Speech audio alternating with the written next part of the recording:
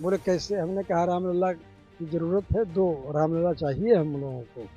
मंदिर खोलिए, तो 3:15 बजे उन्होंने मंदिर खोल दिया।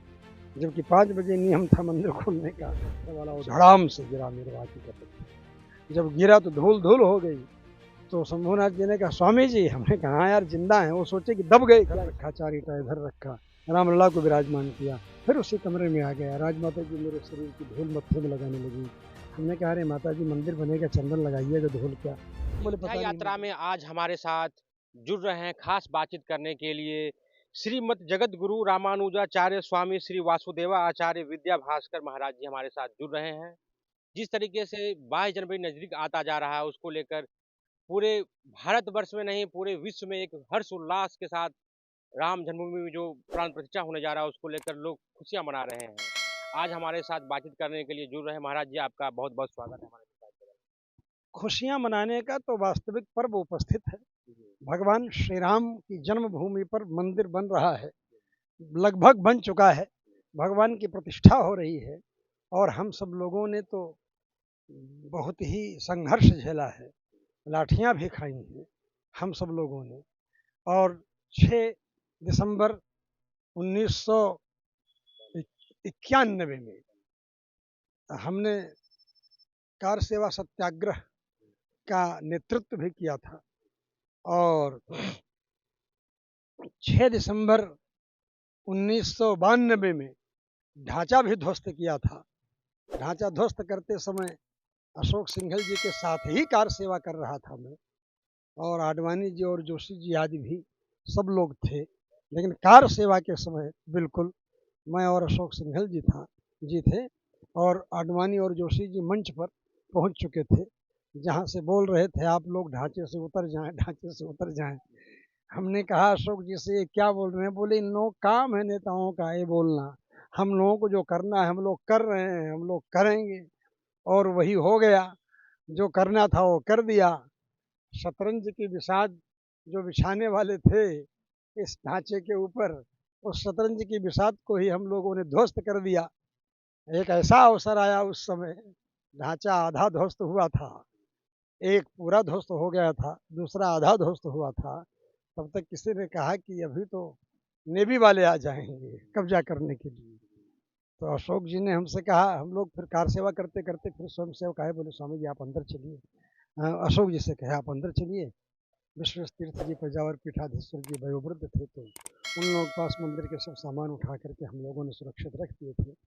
क्योंकि टूटेगा तो भगवान के ऊपर नहीं ना पड़ना चाहिए कोई सामान, तो भगवान सुरक्षित रहने चाहिए। तो ऐसी स्थिति आई थी कि कब्जा हो जाएगा। तो अशोक जी ने कहा, उनको तो वस्तुतः हिंदुत्व के लिए पूर्ण समर्पित थे अशोक जी। उनको ना कोई राजनीति से लेना देना था ना किसी चीज से। उन्होंने कहा, स्वामी जी अभी मान लो नेवी कब्जा कर लेगी और भगवान भी नहीं है वहाँ, मूर्ति भी नहीं है, तो फिर क्या होगा? फिर हम लोग कहाँ पूजा करेंगे कल से? फिर भगवान कहाँ रहेंगे वहाँ?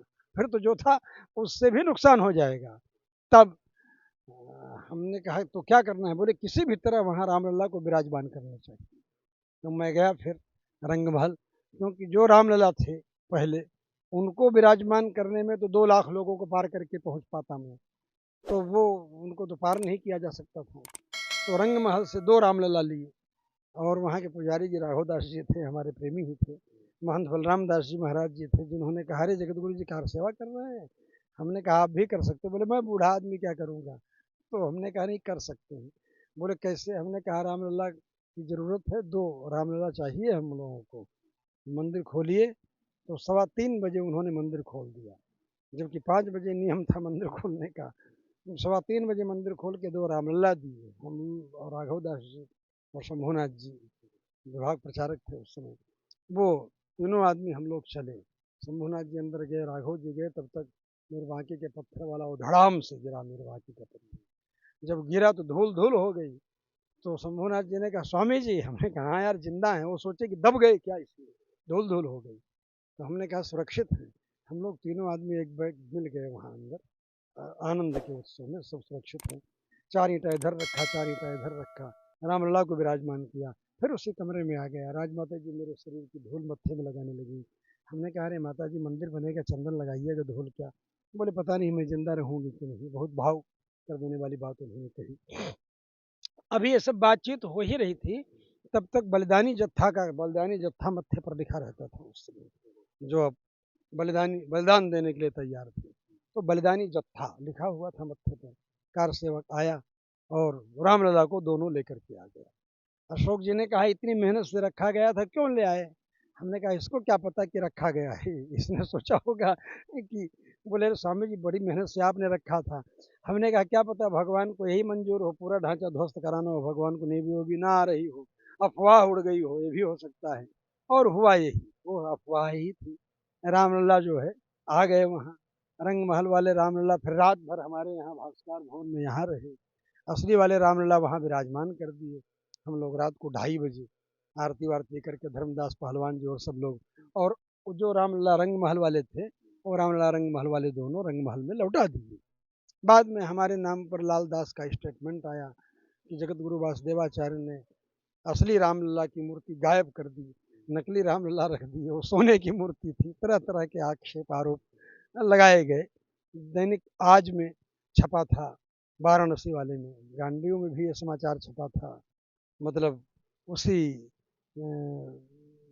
6 दिसंबर के बाद, उसी हफ्ते में छपा था। जब 6 दिसंबर को बाबरी विध्वंस जब किया गया था, उस समय लगभग 5:30 बजे के आसपास, 6 बजे के आसपास पूरा डिमोलिश हो गया था। उसके बाद जब कार्रवाइयाँ शुरू हुई, लोगों को जेल भेजा गया, तो कैसा उस समय आप लोगों का? जेल भेजा क्या, सबको मतलब पकड़ा जा रहा था। हम लोग तो अनुष्ठानी आदमी हैं, जेल में अनुष्ठान की व्यवस्था क्या होगी? जहाँ तहाँ तो तोड़ा जा रहा था, सबका ध्वस्त किया जा रहा था। कल्याण सिंह की सरकार को उसी समय गिरा दिया गया पीवी नरसिंह राव की तरफ से। कल्याण सिंह की सरकार ने ही 4 प्रांतों की सरकारों को समाप्त कर दिया उस समय। और उसके बाद चूक हो गई पीवी नरसिंह राव से, नहीं तो कहीं भी कोई दंगा नहीं भड़कता। चूक ये हो गई कि उन्होंने कहा कि बाबरी मस्जिद फिर वहीं बनेगी। 8:40 की न्यूज में, डीडी न्यूज में, जो दूरदर्शन पर 8:40 पर आती थी ना न्यूज, हाँ, वो आती थी। हाँ दूरदर्शन पे आती थी उस समय। आती थी ना, तो उसी में उन्होंने कह दिया बाबरी ढांचा फिर वहीं बनेगा। और ये स्टेटमेंट होते ही देश भर में दंगा फैल गया। अगर उनका यह स्टेटमेंट होता, आज मोदी होते उस जगह पर, उस समय अगर मोदी जी होते पीवी नरसिंह राव की जगह पर, तो मोदी जी का क्या स्टेटमेंट होता मालूम है? जो मैं सोच रहा हूँ वही होता। मोदी जी का ये स्टेटमेंट होता कि देश के मुसलमानों को मैं हृदय से धन्यवाद देता हूँ मित्रों, कि देश के मुसलमान जान गए हैं कि बाबर आक्रांता था, आक्रमणकारी था, इसलिए देश के मुसलमानों ने ढांचा ध्वस्त होने के बाद अपना मौन समर्थन व्यक्त किया है। इसके लिए मैं देश के मुसलमानों को धन्यवाद देता हूँ, ये बोलते स्टेटमेंट में। और देश का मुसलमान सब शांत रहता और कोई भी कहीं भी दंगा नहीं भड़कता। लेकिन जब इन्होंने कहा, पीवेंद्र सिंह राव ने, कि बाबरी ढांचा वहीं बनेगा, बस ये तो सवार हो गए सिर पर मुसलमान से। फिरोजाबाद से मेरे पास फोन आया, कहा स्वामी जी मुसलमानों ने आक्रमण कर दिया है भंगी पाड़ा की तरफ से। भंगी पाड़ा के लोग, भंगी सब संघर्ष कर रहे हैं उनसे।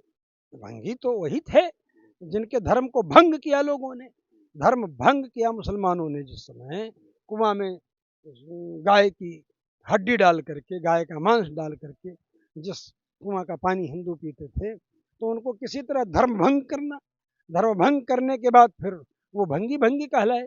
कोई ऐसे दलित और नीच जाति के वो थोड़ो हैं। तो इस तरह संघर्ष किया उन लोगों ने और पछाड़ दिया वहां मुसलमानों को। हाँ, ये बात होगी, जब बाबर की बात कर रहे हैं, तो हालिया दिनों में एक मंत्री हैं बिहार सरकार में, अशोक चौधरी जी मंत्री हैं। उनका बयान आया है कि जो मुगल काल था वो भारत का स्वर्णिम काल था, इसीलिए आज भारत आगे बढ़ रहा है। वो मुगल काल को स्वर्णिम काल कह रहे हैं। देखिए जो चोर चोरी करने के लिए आता है, डकैती करने के लिए आता है, तो उसको वही स्वर्णिम काल लगता है, क्योंकि उसको उसमें माल मिलता है चोरी करने में, डकैती करने में। तो उसके लिए तो वही स्वर्णिम काल था। मुसलमानों के लिए वो स्वर्णिम काल था, मुस्लिम परस्तों के लिए आज भी स्वर्णिम काल है। जिनका ये स्टेटमेंट है कि वो स्वर्णिम काल था भारत का, भारत के ऊपर कब्जा जमाने वाले मुसलमानों के लिए स्वर्णिम काल था। और इसी मानसिकता के लोग जो मुसलमानों का सहयोग कर रहे थे उस समय जयचंदों की तरह, उनका भी स्वर्णिम काल था। लेकिन भारतवर्ष के विशुद्ध हिंदुओं का वो स्वर्णिम काल नहीं था, न ही भारतवर्ष का वो स्वर्णिम काल था। तो जब हम स्वर्णिम काल की बात कर रहे हैं तभी आप जिक्र कर रहे थे कि बाबरी विध्वंस हुआ था, उसके बाद किस तरह से हम लोग एक लंबी लड़ाई उनके लिए कोर्ट में जाकर के लड़नी पड़ी यहाँ लोगों तक को। मुझे भी भूमिगत होना पड़ा, जी। हमें भी, सब लोगों को, भाई हमको तो अपने धर्म को सुरक्षित करने के लिए भूमिगत होना पड़ा, क्योंकि हमारे नियम वोम सब नहीं। यही मंदिरों पर मुलायम की पुलिस, अब तो मुलायम की पुलिस क्या कर रही थी उस समय? उस समय यहाँ मुलायम की पुलिस बूट पहन करके और पूरे मंदिर जगमोहन में घूम रही थी, शौचालयों के दरवाजों को तोड़ रही थी खोजते हुए, क्योंकि उस समय तो ईर्ष्या और द्वेष में, जिस समय कार सेवा हो गई थी, कार सेवा हो जाए 30 अक्टूबर 2 नवंबर की बात बता रहा हूँ 1991 की, जब कार सेवा करने में हम लोग सफल हो गए, परिंदा भी पर नहीं मार सकता, इस चीज की चर्चा हो रही थी।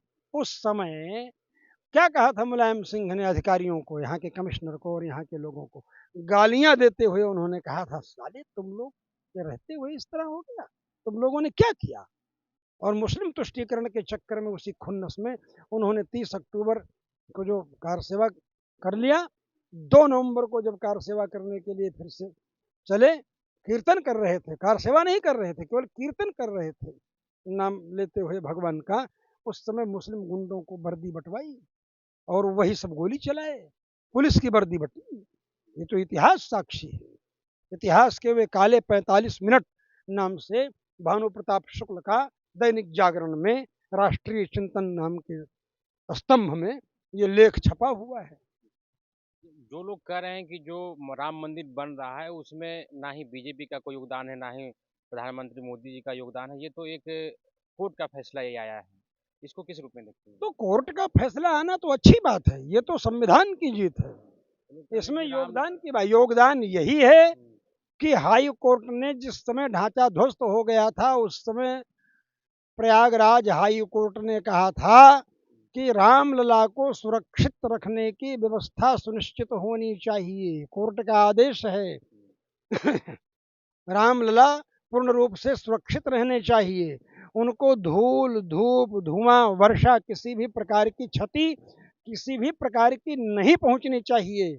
अगर उस समय दिल्ली की हुकूमत हिंदुत्व की पूर्ण मानसिकता से परिपूर्ण होती तो, क्योंकि पीवी नरसिम्हा राव यद्यपि अंतःकरण से हिंदुत्व मानसिकता के थे, लेकिन आखिर तो सोनिया गांधी के ही अंडर में थे ना, इसलिए ये कर कैसे सकते थे कुछ? यही कारण था कि उन्होंने कुछ नहीं किया, त्रिपाल के अंदर भगवान राम रह रहे थे। अगर वो चाहते तो हाई कोर्ट के उसी निर्णय के आधार पर वो वहां बढ़िया सुंदर पक्का भवन बनवा देते भगवान रामलला के, और जब निर्णय हमारे विरुद्ध आ जाता तोड़ दिया जाता भवन। लेकिन वो चाहते तो बनवा सकते थे कि नहीं बनवा सकते थे? तो तुष्टीकरण की नीति के कारण नहीं बना। आज सुप्रीम कोर्ट ने निर्णय दे दिया तो भारतवर्ष में भगवान राम की मानसिकता होने वाले प्रधानमंत्री, भगवान राम की मानसिकता वाले प्रधानमंत्री के कारण ही इतना भव्य भगवान का मंदिर बन रहा है। अभी भाजपा कहाँ मंदिर बना रही है? मंदिर तो राम जन्मभूमि तीर्थ क्षेत्र न्यास बना रहा है, भाजपा थोड़ा मंदिर बना रही है। जो निमंत्रण पत्र भी छपा है उसमें दूरबीन से भी देखने पर कहीं भाजपा का नाम आता है क्या? नहीं ना आता है। ये तो विरोधी लोग विरोध कर रहे हैं भाजपा का कि भाजपा ने अपना प्रोग्राम बना लिया है, भाजपा का ये अपना प्रोग्राम है। ये तो मोदी जी को राम जन्मभूमि तीर्थ क्षेत्र न्यास ने निमंत्रण दिया है, इसलिए मोदी जी आ रहे हैं। निमंत्रण की तो बात हो गई, लेकिन जब बात करते हैं तो एक एनसीपी के नेता वो कह रहे हैं कि राम भगवान मांसाहारी हैं।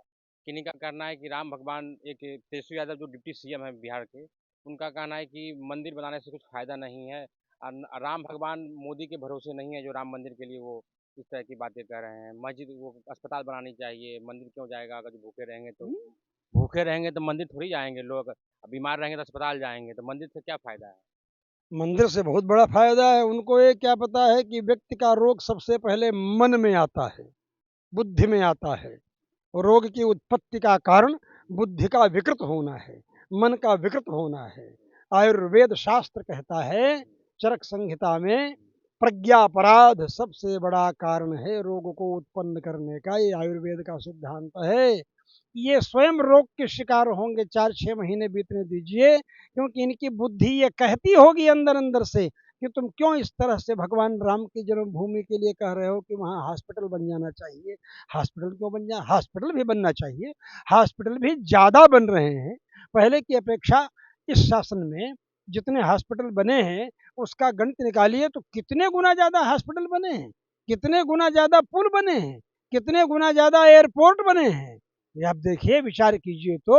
और कितने ज़्यादा गुना मुसलमानों को सुविधाएं मिली हैं।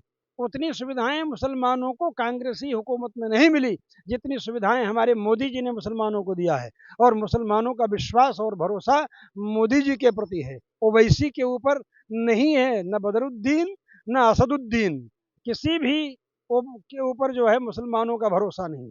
मुस्लिमों का भरोसा, भारत के मुस्लिमों का भरोसा अगर है तो वो मोदी के ऊपर है। तो मोदी जी की बात कर रहे हैं, तो एक ओवैसी जी हैं, एक नेता है, मुस्लिम नेता वही हैं। तो मैं बोल दिया जी। कि किसी ओवैसी के ऊपर मुसलमानों का भरोसा नहीं है। लेकिन उनका कहना है कि मुसलमान जिस तरह से बाबरी मस्जिद शहीद हुआ उसको हम याद रखेंगे और तरह-तरह की अरगनल अरे भाई, बाबरी बयानबाजी मस्जिद शहीद हुई उसको याद क्यों रख? तो हम तो विष्णु मंदिर को याद रख रहे हैं, भगवान के मंदिर को याद रख रहे हैं, भगवान राम के मंदिर को याद रख रहे हैं। भगवान राम की जन्मभूमि का मंदिर ही तो था वहां पर, जिसको बाबर ने ध्वस्त किया। आज वहां राम मंदिर बन रहा है। आज राम मंदिर बन रहा है तो उसके पहले वाले बाबरी ढांचे को आप स्वीकार कर रहे हैं कि हम नहीं भूलेंगे उसको। तो हम उसके भी पहले जो राम मंदिर था उसको हम नहीं भूलेंगे। उसके भी पहले प्राचीन विष्णु मंदिर के अवशेष हैं वहाँ, उसको नहीं भूलेंगे। भगवान श्री राम विष्णु हैं, रामो ही विष्णु पुरुषः पुराण शास्त्रों में कहा गया है। तो साक्षात राम जी और विष्णु में जी में तो कोई फर्क है नहीं। तो कहाँ से हो गया आखिर? ये तो बाबर भी जब बना रहा था, मीर बाकी वहां बनवा रहा था, उस समय भी जितना बनवाता था उतना गिर जाया करता था। वो तो फिर हनुमानगढ़ी के संतों से, महा महा महा पुरुषों से उन्होंने समझौता किया। हनुमाने जी गिरा देते थे दीवार जब वो बना रहा था तो समझौता किया।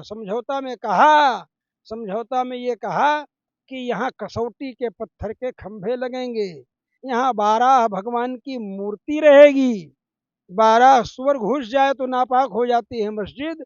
और उस बाबरी ढांचे के अंदर बाबरी ढांचे के अंदर जिसको ध्वस्त किया उसके अंदर कसौटी के खंभे थे, उसके अंदर भगवान 12 की मूर्ति थी, शुक्रावतार की वो मूर्ति थी उस समय। तो इसीलिए ये सब शर्तें उन संतों ने रखी थी कि आज नहीं तो कल ये प्रत्यक्ष हो जाएगा सीधे सीधे कि हाँ ये मंदिर था। और वो चीज सिद्ध हो गई।